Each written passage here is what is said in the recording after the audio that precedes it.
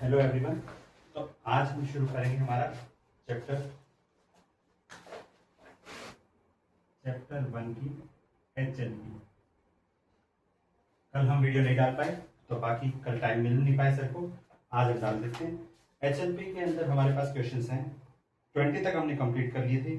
अब आइए next question पे 21 क्वेश्चन नंबर। एक सेकेंड। तो क्वेश्चन नंबर 21 इसमें आपको दे रखा है 0.D25 0.D25 इस तरह से दे रखा है। तो D25 बार बार रिपीट हो रहा है तो हम उसके ऊपर बार लगा सकते हैं। बार लगाने के बाद इसको दे रखा है इक्वल टू n/27 की फॉर्म में।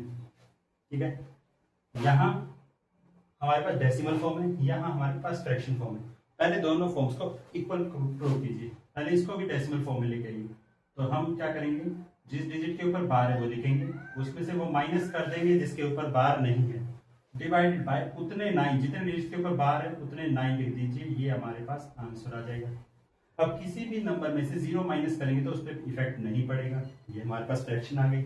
इस फ्रैक्शन को n/27 के इक्वल प्रूव कर दीजिए, इक्वल पुट कर दीजिए।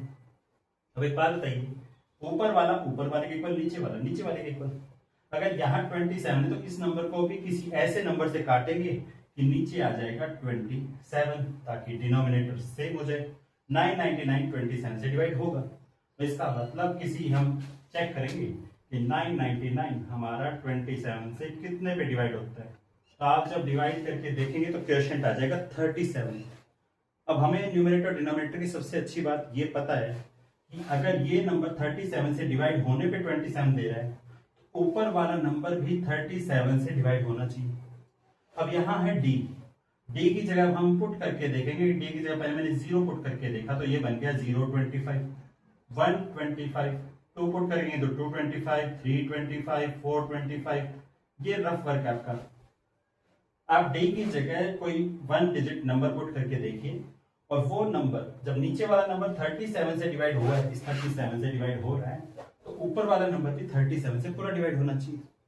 अब हम बात करते हैं कि ये 25 37 से डिवाइड नहीं होगा, 125 नहीं होगा, 225 नहीं होगा, 325 नहीं होगा, 425 नहीं होगा। ऐसे करते करते जब आप चेक करेंगे, डिवाइड कर करके रफ में चेक करेंगे, ये भी नहीं होगा, ये भी नहीं होगा, ये भी डिवाइड नहीं होगा, 825 ये भी डिवाइड नहीं होगा। तो डिवाइड होने वाला एक ही नंबर मिलेगा आपको 1 डिजिट के साथ, और वो सिर्फ और सिर्फ कौन सा होगा, 925। तो 925 इसका मतलब डी की जगह वैल्यू आ गया भाई 9। ऊपर नंबर बन गया 925, नीचे बन गया 999।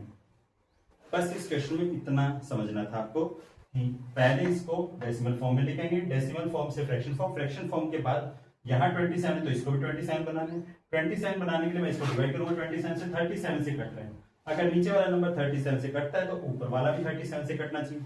इसका मतलब ये जो 3 डिजिट नंबर D25 लिखा हुआ है, यहाँ डी की जगह कोई ना कोई नंबर लिखेंगे। ऐसा नंबर लाओ कि जो 27 से पूरा डिवाइड हो जाए, वो नंबर बनेगा हमारे पास 925।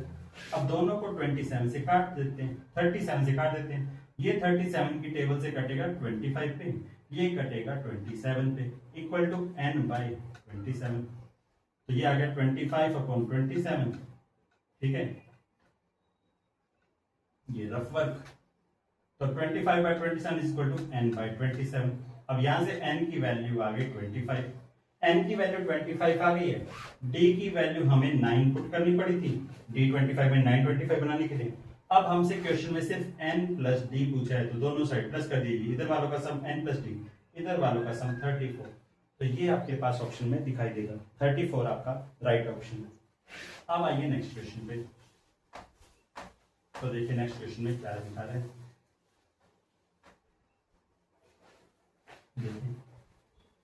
नेक्स्ट क्वेश्चन में आपके पास क्वेश्चन नंबर 22 में देखा है a माइनस बी, फिर देखा है b माइनस सी, फिर देखा है c माइनस d। ये देखा है 2 के इक्वल, ये देखा है 3 के इक्वल, ये देखा है 4 के इक्वल। आइए, और हमसे पूछा है a माइनस डी की वैल्यू। तो देखिए a माइनस बी, तीनों को ऐड कर दीजिए, a minus B plus B minus C plus C minus D कर दीजिए। ऐड करने के बाद इधर वालों को ऐड कर दीजिए, ये ऐड होकर आ गया 9।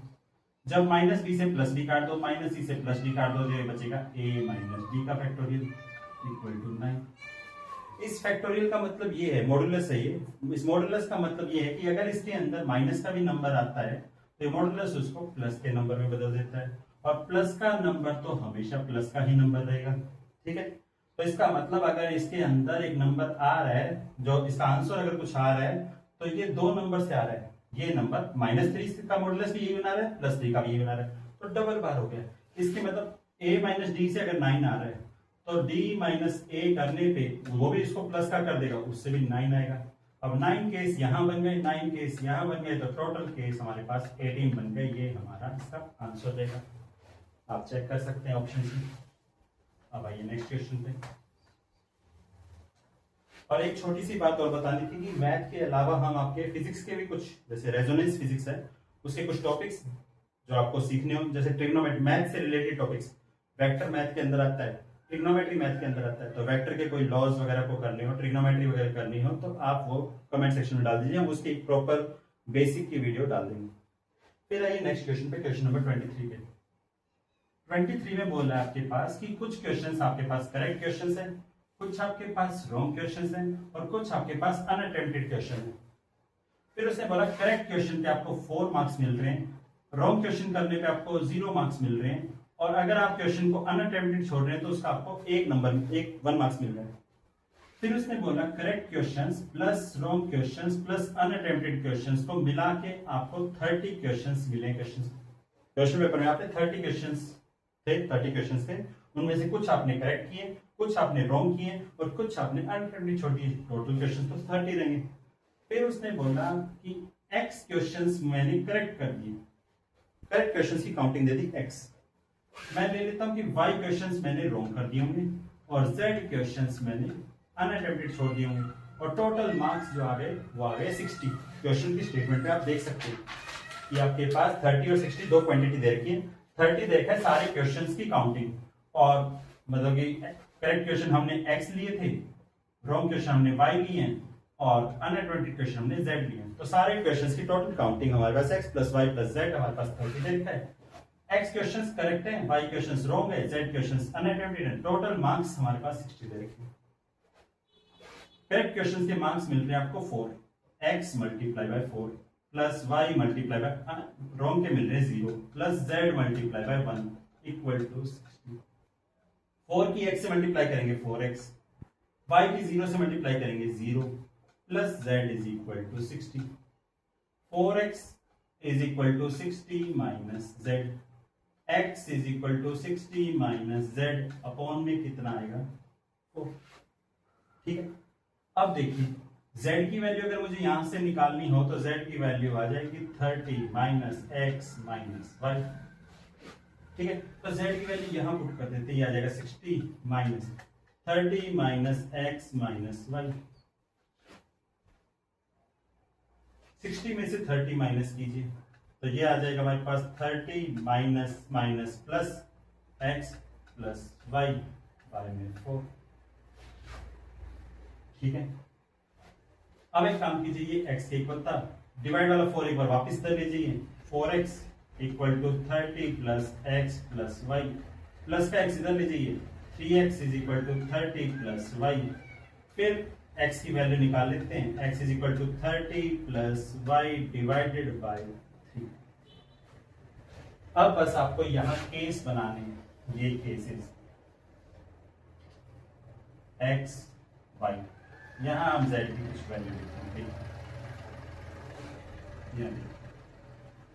अगर मैंने y की ऐसी वैल्यूज पुट करो, इसके अंदर ये जो x की वैल्यू है, y के ऐसे नंबर्स पुट करो कि ऊपर वाला नंबर पूरी तरह से नीचे वाले से डिवाइड हो जाए। 30 प्लस 0, पहले मैंने y की जगह 0 पुट किया, 30 प्लस 0, 30 होता है, 30 को 3 से डिवाइड किया 10, 3 पुट करो आपके पास 11 आ जाएगा, 6 पुट करके देखो 12 आ जाएगा, 9 पुट करके देखो 13, 12 पुट करके देखो 14, 15 पुट करके देखो 15।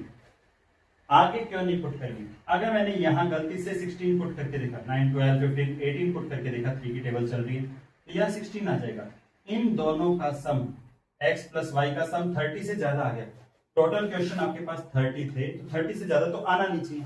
तो इससे आगे हमारे केस, ये 15 से आगे हमारा कोई केस नहीं बनेगा, हमें 15 तक काउंट करने बस। 10 क्वेश्चन करेक्ट किए तो 20 क्वेश्चन अनअटेम्प्टेड छोड़ी। 11 प्लस 3 14 हो गया तो यहाँ 16 आ जाएंगे। 12 6 18 हो गया तो 12 आ जाएगा। 19 प्लस 13 प्लस 9 22 8 आ जाएगा। ये देखिए 4 4 कम होता जा रहा है। 20 16 12 8 4 0। देखिए 15 प्लस 15 30 प्लस 0 30। केस काउंट कर लीजिए, एक केस, दो केस, 3 4 5 6। इसका आंसर क्या आ गया? 6 केसेस हमारा आंसर आ गया। अगर इसमें कहीं भी कोई भी डाउट हो तो एक बार फिर से पूछ लेना। आपको बस क्वेश्चंस की मेनली क्या है कि क्वेश्चंस की आपको हिंदी बनानी आनी चाहिए। क्वेश्चन की स्टेटमेंट की अगर आप हिंदी बनाना सीख गए तो आप क्वेश्चंस को इजीली कर पाएंगे। अब देखिए नेक्स्ट क्वेश्चन। नेक्स्ट क्वेश्चन आपके पास क्वेश्चन नंबर 24। 24 क्वेश्चन में हमें दे रखा है m by 12 equal to 12 by n। Cross multiply कर दीजिए। मुझे बताना है m n के कितने पेयर्स होंगे जो इस इक्वेशन को सेटिस्फाई करेंगे। तो m की n से मल्टीप्लाई इक्वल टू 12 की 12 से मल्टीप्लाई 144। ठीक है, तो यहाँ जो भी नंबर है उसके फैक्टर्स निकाल लीजिए। 144 के 2 से डिवाइड किया 72, 2 से डिवाइड किया 36, 2 से फिर डिवाइड कर दीजिए, 2 से फिर डिवाइड कर दीजिए, 3 से फिर डिवाइड कर दीजिए और 3 से फिर डिवाइड कर दीजिए। अब देखिए ये 2 की पावर 4 मल्टीप्लाई 3 की पावर 2 आ गया 144। ठीक है, तो टोटल फैक्टर्स 144 के अगर मुझे निकालने हो वही हमारा आंसर आएगा। फैक्टर्स क्या होते हैं कि ये जो हमारे पास मल्टीप्लिकेशन आई है प्राइम नंबर्स की, प्राइम में करना है, प्राइम नंबर्स की जो भी मल्टीप्लिकेशन आई है, टोटल फैक्टर निकालने का तरीका है जो भी अलग अलग प्राइम नंबर्स की पावर्स है, सिर्फ पावर्स। यहाँ पावर 4 है तो हर पावर के अंदर 1 प्लस कर दीजिए। अगले प्राइम नंबर की पावर 2 है उसमें 1 प्लस कर दीजिए। 4 प्लस 1 5, 2 प्लस 1 3, दोनों की मल्टीप्लाई कर दीजिए, 15 फैक्टर्स आ जाएंगे। ठीक है, ये हमारा इसका आंसर आ जाएगा। तो किसी भी नंबर के कितने फैक्टर्स होंगे ये निकालने के लिए पहले आप उसकी प्राइम फैक्टराइजेशन कीजिए, फिर अलग अलग प्राइम नंबर्स की पावर में लिखिए, फिर पावर्स में एक एक प्लस कर दीजिए और नंबर्स की मल्टीप्लाई कर दीजिए। यहाँ कोई अलग प्राइम नंबर होता और उसकी कोई पावर होती तो यहाँ 1 प्लस 1 कर देते अगर होता तो कितने भी अलग अलग प्राइम नंबर हो उन सभी की पावर्स प्लस करके 1 1 और उससे आगे उसके मल्टीप्लाई करना है। आप आंसर मैच कर लीजिए और आप इसके फैक्टर्स लिख के देखेंगे तो 15 फैक्टर्स ही बनेंगे। अब आइए नेक्स्ट क्वेश्चन पे। नेक्स्ट क्वेश्चन आपके पास क्वेश्चन नंबर 25। 25 में पहले ये समझ लीजिए कि किसी नंबर के आगे अगर ये निशान लगा हुआ हो जिसको हम इंग्लिश में एक्सक्लेमेटरी साइन बोलते हैं, मैथ की लैंग्वेज में इसको बोला जाता है फैक्टोरियल। क्या बोला जाता है? फैक्टोरियल। जैसे 5 के आगे अगर मैं इसको लगाऊं तो इसका मतलब क्या होगा? 5 मल्टीप्लाई 4 मल्टीप्लाई 3 मल्टीप्लाई 2 मल्टीप्लाई 1। किसी भी नंबर नेचुरल नंबर के आगे अगर ये नंबर निशान लगता है तो उस नंबर की मल्टीप्लाई पीछे करते जाइए, कहां तक करते जाइए जब तक 1 ना आ जाए। अब इस सारों की मल्टीप्लाई करके जो आंसर आएगा वो 7 फैक्टोरियल की वैल्यू है। 5 के आगे जितने नंबर उनकी मल्टीप्लाई करके लिखेंगे तो वो किसका आंसर आ जाएगा? 5 के फैक्टोरियल का वैल्यू आ जाएगी। ये कंसेप्ट इसने वैसे क्वेश्चन में समझा रखा है कि n के बाद n-1, n-2, n-3 से मल्टीप्लाई करते जाइए 1 तक। अब क्वेश्चन में पूछा है कि अगर n का फैक्टोरियल है तो मुझे n फैक्टोरियल प्लस 10, मैं n नेचुरल नंबर कौन सा पुट करूं यहां, उसका फैक्टोरियल निकालूं, फिर उसमें 10 प्लस करूं तो वो परफेक्ट स्क्वायर आएगा। पहला नेचुरल नंबर हमारा 1 है, 1 का फैक्टोरियल 1 हो गया प्लस 10 11 हो गया, ये परफेक्ट स्क्वायर नहीं है तो n की वैल्यू 1 नहीं होगी। फिर n इक्वल टू 2 पुट करके देखेंगे, 2 का फैक्टोरियल 2 1 जा 2 प्लस 10 हमारे पास 12 आ गया, ये परफेक्ट स्क्वायर नहीं है। इसका सिर्फ एक ही परफेक्ट स्क्वायर होगा जो इस इक्वेशन को सेटिस्फाई करेगा और वो होगा n इक्वल टू 3। 3 पे हो जाएगा, देखिए 3 मल्टीप्लाई 2 मल्टीप्लाई 1, पहले 3 का फैक्टोरियल प्लस 10, तो 3 2 जा 6, 6 1 जा 6, 6 प्लस 10 हो गया हमारे पास 16 जो कि परफेक्ट स्क्वायर है 4 का। ठीक है, तो ये अकेला ही सॉल्यूशन है, इसका ऑप्शन एक ही आएगा। आप किसी भी नंबर का फैक्टोरियल करके देखिए, उसमें 10 प्लस करके देखिए, वो परफेक्ट स्क्वायर कभी नहीं बनेगा नेचुरल नंबर में। फिर आइए क्वेश्चन नंबर 26। क्वेश्चन नंबर 26 में आपको थोड़ा सा दिमाग अलग से लगाना पड़ेगा। तो इसने बोला एक 2 डिजिट नंबर, ठीक है, एक 2 डिजिट नंबर मैंने मान लिया x है, जिसको हमने ए बी की फॉर्म में ले लिया 2 डिजिट नंबर। फिर उसने क्वेश्चन में बोला y जो है वो इन डिजिट्स का रिवर्स करके बन रहा है कि वंस प्लेस वाले को टेंस पे लिख दिया, टेंस प्लेस वाले को वंस पे लिख दिया, रिवर्स कर दिया। अब मेरे पास ये देखा है कि X square minus Y square equal to देखा है एम स्क्वायर। क्वेश्चन में देखिए सारी चीजें, बस ये लेट करना है कि 2 डिजिट नंबर कोई भी मान लीजिए, उसका रिवर्स करना पड़ेगा। एक्स स्क्वायर की जगह था मैंने ए बी का स्क्वायर माइनस बी ए का square equal to M square. देखिए ये 2 डिजिट नंबर है तो इसकी basic form 10a plus B, one place की 1 से मल्टीप्लाई, 10 प्लेस की 10 से मल्टीप्लाई, इसका स्क्वायर 10b प्लस a का square equal to m square. फिर आइए a का स्क्वायर माइनस b का स्क्वायर, तो a प्लस ये हमारे पास 10a plus b, a plus b और इनटू में a minus B equal to M square. A ये हमारा a plus B, a minus B, A square minus B square. अब देखिए 10a प्लस a हो गया हमारे पास 11a, 10b प्लस b हो गया 11b, यहां से 10a माइनस a हो गया 9a, क्या हो गया 9a, और ये 10b minus 10b plus b हो गया minus 9b equal to M square. ठीक है, इन दोनों में से 11 कॉमन निकाल लिया a प्लस बी, इन दोनों में से 9 कॉमन निकाल लिया a minus B equal to M square. फिर देखिए अब ऐसे दो नंबर, सबसे बड़ा नंबर देखिए 11 और 9 में बड़ा नंबर 11 है, तो ऐसे लगातार दो नेचुरल नंबर बताइए जिनका सम 11 हो जाए। लगातार दो नंबर्स जिनका अगर यहाँ 13 होता तो हम दो नंबर्स लगातार देखते जिनका सम 13 होता।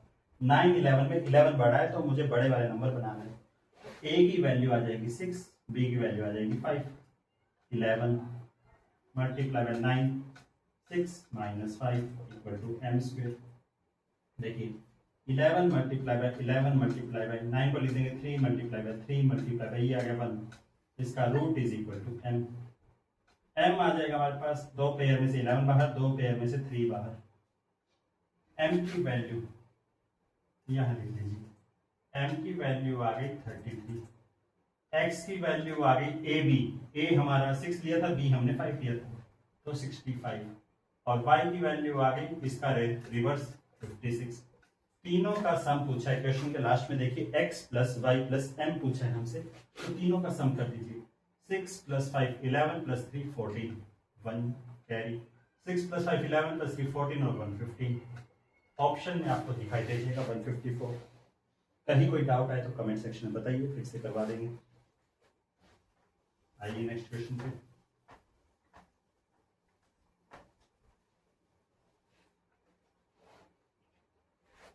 क्वेश्चन नंबर 26 हो चुका है हमारे पास। 27th क्वेश्चन, 27th क्वेश्चन में देखिए इसने बोला A B A B A B 6 digit का एक नंबर है, ठीक है। इस नंबर को कितने अलग अलग प्राइम नंबर्स डिवाइड करें।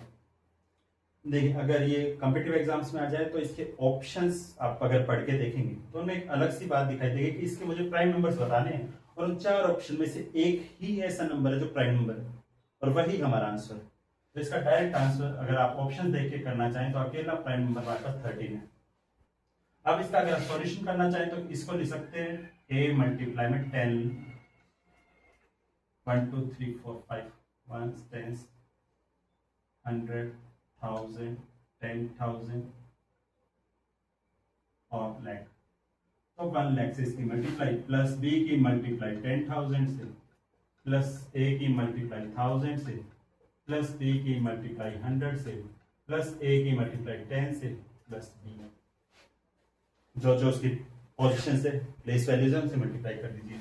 तो 1 लाख a 1000 a 10 a, तो ये बन गया 1 लाख 1010 a, और ये आ जाएगा 10,101 b। दोनों में से अगर मैं 10,101 कॉमन लूं तो ये आ जाएगा 10a प्लस b, ठीक है। अब इसके प्राइम फैक्टर्स कर लीजिए, आपको आंसर मिल जाएगा 28 क्वेश्चन। तो इसका टोटल आंसर आप ऑप्शन से देखिए 13 हो जाएगा। फिर आइए next question number 28। Question number 28 में हमें दे रखा है number of all 3 digit numbers ABC. Question दे रखा है ABC plus AB plus BC plus AC plus A plus B plus C equal to दे रखा है 29। क्वेश्चन में इस क्वेश्चन में 29 के आगे बेस 10 लिखा हुआ है। अगर बेस 10 लिखा हुआ है तो 9 के 29 के आसपास क्लोजेस्ट इसका नियरेस्ट 10 लिख दीजिए कौन सा होगा। 29 के नियरेस्ट 10 आएगा 30। तो 30 बनाने के लिए इधर मुझे 1 प्लस करना पड़ेगा, जो इक्वल टू इधर प्लस करोगे वही इधर प्लस करोगे। बेस 10 बोला इसलिए हमें बनाना पड़ा। अब इन दोनों के पेयर में से ए बी कॉमन ले लो, सी प्लस 1। इन दोनों के पेयर में से बी कॉमन ले लो, जिनका मैं पेयर बना रहा हूँ। बी कॉमन लिया, सी प्लस 1। इन दोनों के पेयर में ए कॉमन ले लो, ये आ जाएगा सी प्लस 1। लास्ट में सी प्लस 1 में कुछ कॉमन नहीं आ रहा, 1 कॉमन ले लो, सी प्लस 1 इक्वल टू आ गया 30। 29 प्लस 1 30। तो ये देखिए पूरे में से सी प्लस 1 कॉमन आ गया, ये बच गया A B plus A plus 1 equal to 30। तो ये आ गया सी प्लस 1। इन दोनों में से बी कॉमन, ए प्लस 1। इन दोनों में से कुछ कॉमन नहीं आ रहा, 1 common, A plus 1 equal to 30। इसको भी ब्रैकेट में लिख दीजिए, इसको भी ब्रैकेट में लिख दीजिए। अब ये आ गया सी प्लस 1, ये आ गया ए प्लस 1 कॉमन, ये बच गया बी प्लस 1 इक्वल टू 30। अब उसने बोला ए बी सी जो है वो 3 डिजिट नंबर है। इसका मतलब ए भी 1 डिजिट, बी भी 1 डिजिट, सी भी 1 डिजिट। ऐसे 3 नंबर्स निकालो जिनकी मल्टीप्लाई 30 हो। देखो 15 मल्टीप्लाई 2 मल्टीप्लाई 1 अगर मैं करके देखूं तो ये सी प्लस 1 की वैल्यू 15 है, सी की वैल्यू अगर निकालेंगे तो 14 आ जाएगी। अब ए बी सी हमारे पास सारे सिंगुलर डिजिट होने चाहिए, 1 डिजिट होने चाहिए, तो ये वाला पेयर हम नहीं ले सकते। ऐसा पेयर लीजिए कि जिसमें 10 3 जा 30 1 जा 30। ये तो है a plus 1 b plus 1 c plus 1 की वैल्यू। इनमें से a b c की वैल्यू निकालेंगे तो एक एक माइनस कर दीजिए। एक आ गया 9, 3 में से 1 माइनस किया 2, 1 में से 1 माइनस किया 0। अब इन 3 डिजिट्स ये a b c की वैल्यू a b c की वैल्यू आ गई, ठीक है। इन 3 डिजिट्स को आगे पीछे जचा के कितने 3 डिजिट नंबर बना सकते हो वो पेयर्स बताने हैं। तो 920 से हम 902 भी लिख सकते हैं, 209 भी लिख सकते हैं, 290 भी लिख सकते हैं। 4 पेयर बन गए हमारे पास। कितने पेयर बन गए? 4। ऐसे ही अगला पेयर बनाते हैं 5 मल्टीप्लाई 6 मल्टीप्लाई 1। ये तो a plus 1 b plus 1 c plus 1 की वैल्यू। यहां से a b c की वैल्यू निकालोगे तो 5 में से 1 माइनस किया 4, 6 में से 1 माइनस किया 1 में से 1 माइनस किया। 0 को हम आगे नहीं ले सकते वरना 2 डिजिट नंबर आ जाएगा। तो 450 का दूसरा तरीका है 405, 540 504। इसके भी कितने पेयर बन गए? 4 पेयर्स बन गए। एक लास्ट ऑप्शन जो है हमारे पास 2 3 जा 6 5 जा 30। देखिए 2 a b c की वैल्यू लिख लेते हैं। 2 में से 1 माइनस किया 1, 3 में से 1 माइनस किया 2, 4 5 में से 1 माइनस किया 4। अब इन 3 नंबर को आगे पीछे चलते हैं। 1 4 2 2 4 1 2 1 4 4 1 2 4 2 1। ये टोटल पेयर 6 बन गए। तो टोटल पेयर्स काउंट कर लीजिए, 4 प्लस 6 आंसर आ गया आपके पास 14 पेयर्स। ऑप्शन आप चेक कर सकते हैं, ऑप्शन आपके पास मिल जाएगा। कौन सा क्वेश्चन नंबर था? 28 में ऑप्शन नंबर सी। देख लीजिएगा, कहीं कोई डाउट आए तो बता दीजिएगा। इसके अलावा कोई पेयर नहीं बनेगी। देखिए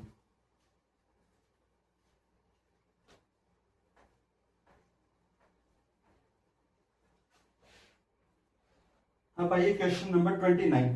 इसने बोला एक्स स्क्वायर, क्वेश्चन नंबर 29 में X square plus 2x plus 6 equal to 0।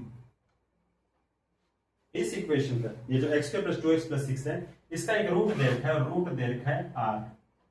कि r इस इक्वेशन का रूट है इक्वल टू 0 हटा दो एक बार।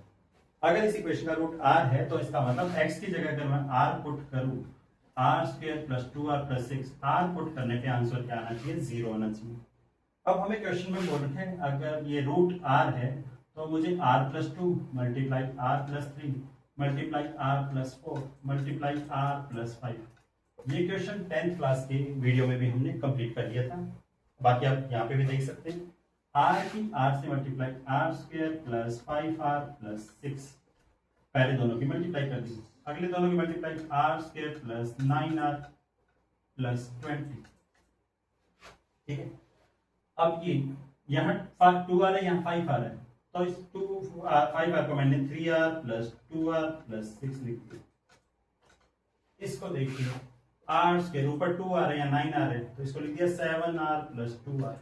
यहाँ 6 है, यहाँ 20 है, तो इसको लिख दिया 6 प्लस 14।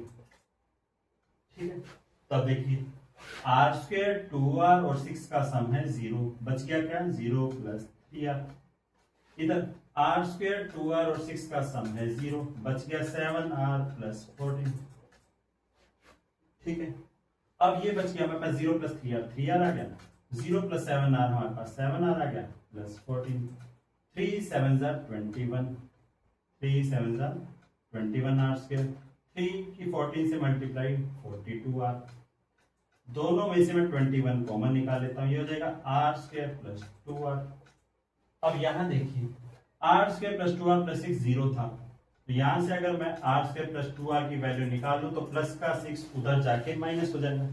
अब वही r स्क्वायर प्लस 2r की वैल्यू यहाँ पुट कर दीजिए, तो ये आ जाएगा 21 मल्टीप्लाई बाई माइनस 6, तो ये आ जाएगा माइनस का 126। ये आपका आंसर। कहीं कोई डाउट हो तो आप पूछ सकते हैं। अब आइए लास्ट क्वेश्चन, आज का इस वीडियो का लास्ट क्वेश्चन, और एक बार कमेंट सेक्शन में ये बता दीजिए आपको नोटबुक पे पढ़ना है या फिर बोर्ड पे आपको अच्छे से समझ में आ रहा है। फिर आइए 30th क्वेश्चन। 30th क्वेश्चन में बोल रहा है मुझे बताना है कि 12 का फैक्टोरियल प्लस 13 का फैक्टोरियल प्लस 14 का फैक्टोरियल अगर मैं निकालूं तो ये तीनों के फैक्टोरियल का जो सम आएगा वो कितने अलग अलग प्राइम नंबर से डिवाइड होगा। 12 के फैक्टोरियल को मैं 12 का फैक्टोरियल लिख देता हूँ, 13 के फैक्टोरियल को लिखेंगे 13 मल्टीप्लाई 12 मल्टीप्लाई 11 मल्टीप्लाई 10, ऐसे। तो 12 से आगे जो मल्टीप्लाई होगी उसको मैं लिख सकता हूँ 12 का फैक्टोरियल। ऐसे ही मैंने 14 को लिखा 14 मल्टीप्लाई 13 मल्टीप्लाई 12, आगे 12 से आगे की मल्टीप्लाई को मैं लिख सकता हूँ 12 का फैक्टोरियल। अब प्लस के इधर वाली टर्म, प्लस के इधर वाली टर्म, प्लस के इधर वाली टर्म, तीनों टर्म्स में से 12 का फैक्टोरियल कॉमन आ गया। ये बचा 1 प्लस 13 प्लस 14 मल्टीप्लाई बाई 13। 12 के फैक्टोरियल को 12 का फैक्टोरियल लिख लीजिए। 1 प्लस 13 हो गया 14 प्लस 182, दोनों की मल्टीप्लाई। 12 का फैक्टोरियल इंटू 196। अब 12 के फैक्टोरियल को लिख दीजिए। 12 का फैक्टोरियल क्या होता है 12 मल्टीप्लाई 11 मल्टीप्लाई 10 मल्टीप्लाई 9, 8 7 6 5 4 3 2 1। ये आ गया 12 का फैक्टोरियल। इसके मल्टीप्लाई में 196 है, इसके प्राइम फैक्टर कर दीजिए 7 2 14 मल्टीप्लाई 7 2 14 क्योंकि 14 का स्क्वायर है 196। अब बस मुझे इतनी सारी मल्टीप्लाई जो लिखी हुई है इसमें से अलग अलग प्राइम नंबर कौन कौन से वो काउंट करने हैं। देखिए 11 7 5 3 2। ठीक है, तो ये हमारे पास 5 डिफरेंट प्राइम नंबर्स आ गए और यही हमारा आंसर होगा। कितने अलग अलग प्राइम नंबर से डिवाइड हो रहा है। आज की वीडियो में इतना ही, बाकी हम कल की वीडियो में कवर करेंगे। Thank you.